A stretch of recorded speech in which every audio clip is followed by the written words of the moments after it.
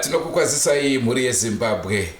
Regai nditange ndichiti aiwaka ndaisa zvanza zvangu veruzhinji woye kwamuri kumativi mana enyika. Rangu zita ndinonzi Andrew Neshamba.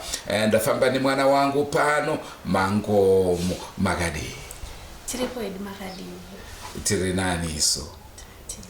Mhuri yeZimbabwe, nhau yatauya nayo zuva ranhasi tauya nembiri. Asi chandingade kukuudzai ndechekuti hatisati tadziendera nhau idzi. Inhau dzatatumirwa kunzi veDrumas Media. Muri kuziva here kuti izvi ndo zviri kuitika kuno, izvi ndo zviri kuitika kuno, uyezve taona zvakakodzera kuti tigare takuzivisai kuti aiwa tichazonyatsokuunzirai nhau idzodzi zvizere vachele. Hayi-ke sathi kule ndaba ezimbili esizihambeleyo indaba lezi esizwileyo, kodwa-ke indaba lezo asikazihambeli, kodwa sikhangelela ukuthi sizazihambela-ke siyokuzwa-ke ukuthi kuhamba njani ngendaba lezo. Akunzima kayithi. Zvakaoma zvimwe zvinoitika munyika, so vazhinji vanenge vasina kuitikirwa nezvinhu izvozvi vanoti hazviko. Izvo zviriko. Nhau yatingade kutanga kuzivisa mhuri yeZimbabwe ndeyiri kuitika paMount Darwin. Inhau yemango. Vanhu vapera kufa nemango. Mango dzatinodya idzo dziya. Hanzi muti wemango ushu unoibva gore rega rega muna June. Uyezve unenge wabereka mango 7 chete. Asi mango idzodzi hadzitenderwe kudyiwa, dzinomirirwa kuti dzidonhe. Kana dzadonha dzofushirwa pasi. Asi zvisinei, muroho rwawo mumhuri umu akabva atema mango dziya asingazivi nekuti mutsvaka mumhuri. Ndokudya, ndokupawo vamwe ndokudya, dzese dziri 7 ndokupera. Zvakureva manje kuti pari kufanirwa kufa vanhu vanokwana kuita 7.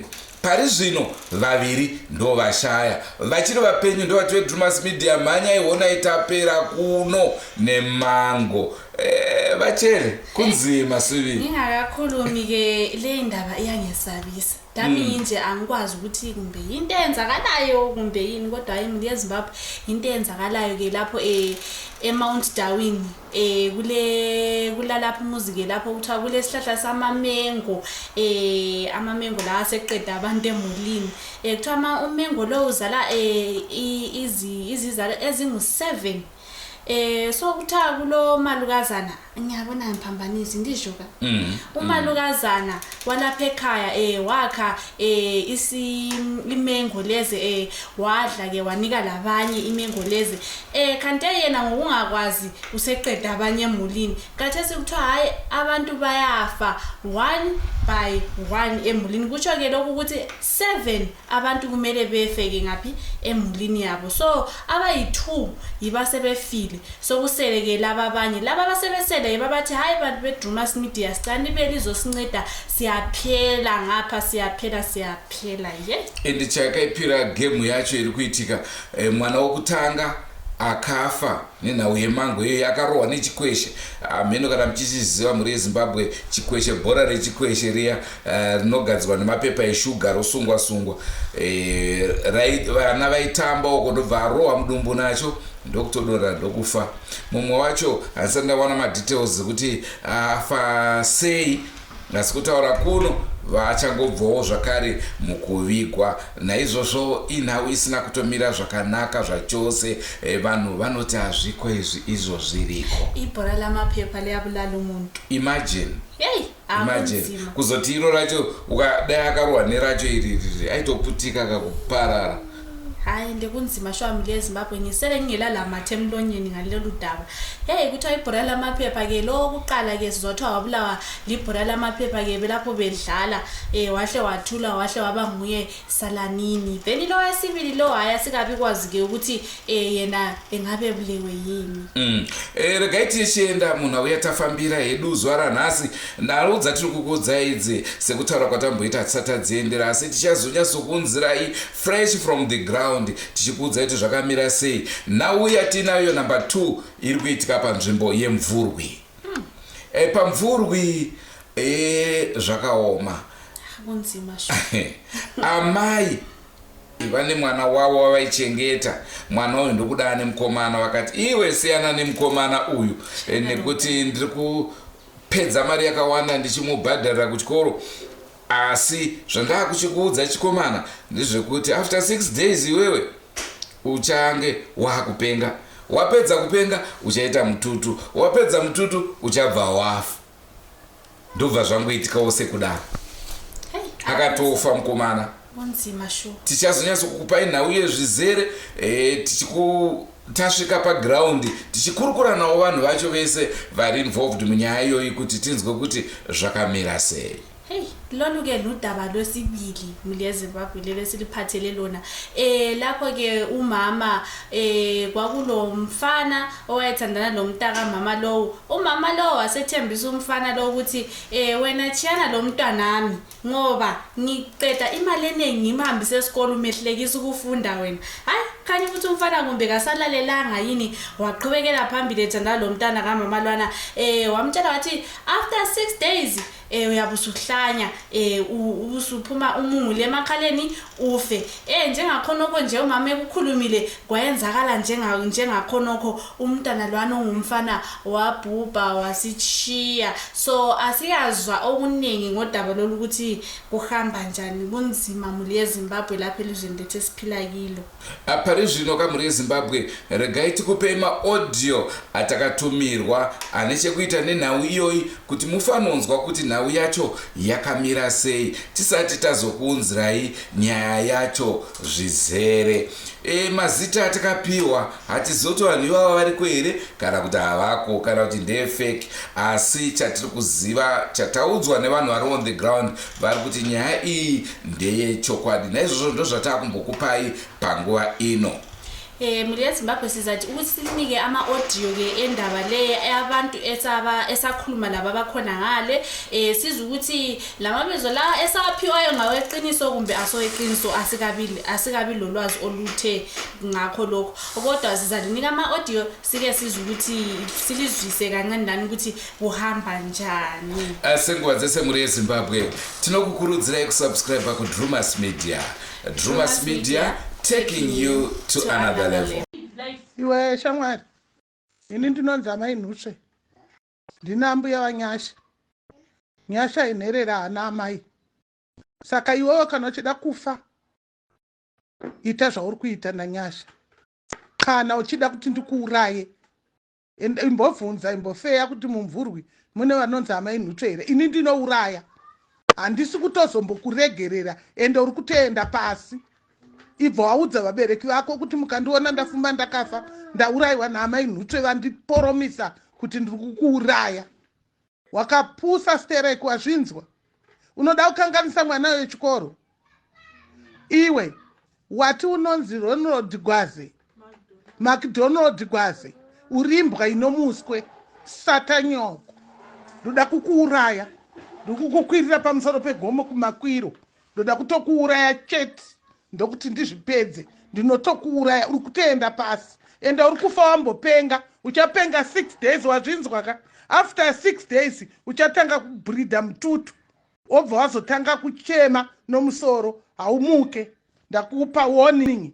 Ende ndiri kukuuraya, handisi kukunzwira tsitsi because wandirwadzisa. Ndofunga mazvinzwa kamankomo pakaipa apa ndimadzimai vari kutaura kuti ari doki zuva vari kutaura zvekuti vari kuuraya. Zviriko here izvi? Hey, akunzima shuwa asazi ukuthi umhlaba lo usumi kanjani. Umadzimai lapha simzwile ekhuluma enethi kwakhona alichoni ilanga ngiyabe sengubulele. Ngapha ngumadzimai ogqoka ezimhlophe shumba. Yezvinezvi kati akukupai audio iri kutaura vaviri vachitaurirana panhare pamusoro pechiitiko ichi. Vagari venzvimbo iyoyo vachitaura kuti honaika after mathreats aya munhu uya atofa. Sizalinika ke i-audio yabahlali bendawo lapho ke bexoxisana ke phezulu kodaba lolu ke sisizwa ukuthi bathini ngodaba lolu lomntwana. Saka vemachechi vanoroya ka? Vanoroya. Bayathakatha ngoba hey haya kuti ndaibofunga kuti wese anopfeka gamenzi rewhite aiwa mutsvene but ndakuzviona kuti kunzima. They say laba abahamba emabhoa they are much far better than those who go to church.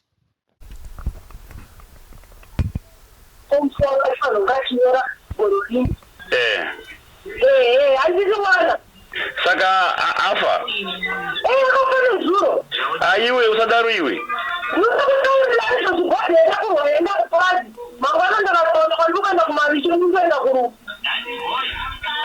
unajua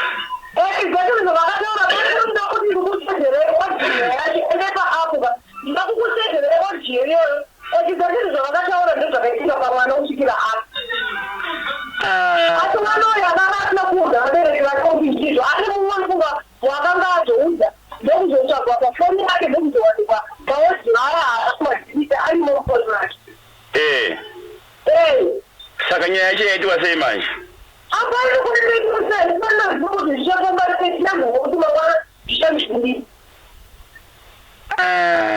afa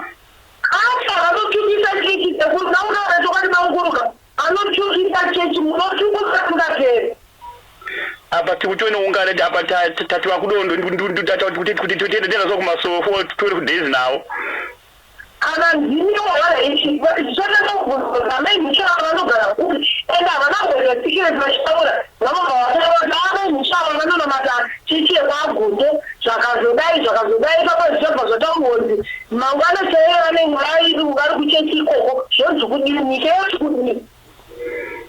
ndanyara muramu badi ndazvitya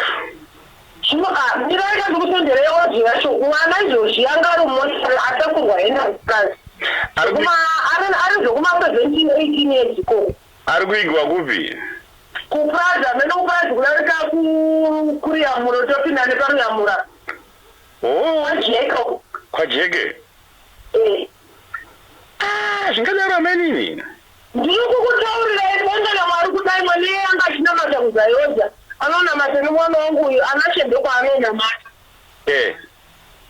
ene ndikusenzerewo dziracho ndapera simba shamwari munopfeka magemenzi zvenyu kubva nhasi ndoda kukutaurira kuti chikwana maini muchatukwa kasingapere makapfeka magemenzi amai avapindwa nemweya vaikutaura kana vataura mazvinoende vanotukisa baba mutumwa zvokuti anhelo muchazvoona zvichakazova social media zvichamindeyozi zvakanzwa maita basa muramo runoiri mafriday mairana yavangatadzi chikondiwa ndikuenda nawo kuchechi watombuka nhasi chiko nhasi chino chinasi chitatu mangwana china munenge muripo tenge tiriko kasekumushaga ndisi tiri kuhostaga kareko edu naamai nuchoko eka maprofita mahombe kakajezera baba amutumwa ende vanoite zvinhu vyadzidezindeizi iwe nyara kuti ukamaniwe aiwa mune nyadzisa manini kondezvaita sei kunatenda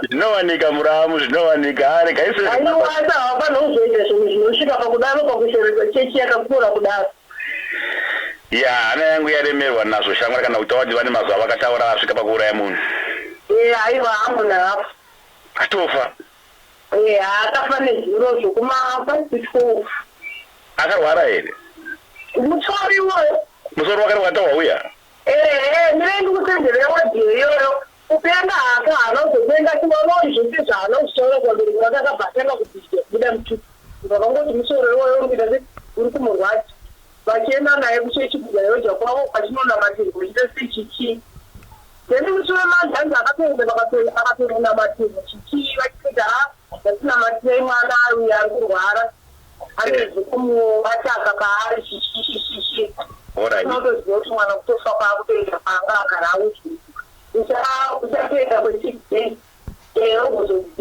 ozobuda mutiti mirendi kusenzerewo dziva chobakuru zvinogombora munoziva ndicho chirongwa chatakupai muri yezimbabwe ndofunga mazvionera mazvinzwira nedzenyu nzeve tichakupai nyaya idzi zvizere siyabona-ke muli yezimbabwe ukuthi hayi lizizwele ngezenyu indlebe njalo sizalinika lolu daba ngokugcweleyo sengozi semhuri yezimbabwe tinokurudzirai kusubscribe kudrumas media taking you to another level. Rusape tiri kuuyako, tiri kuzvinzwa zvedu zviri kutora nzvimbo. Aiwa, musationa kunonoka, tiri munzira. Hayi Rusape sisendleleni, bantu beRusape sisendleleni. Okwenzakalayo siyakuzwa, sisendleleni, singaphuza kodwa sisendleleni.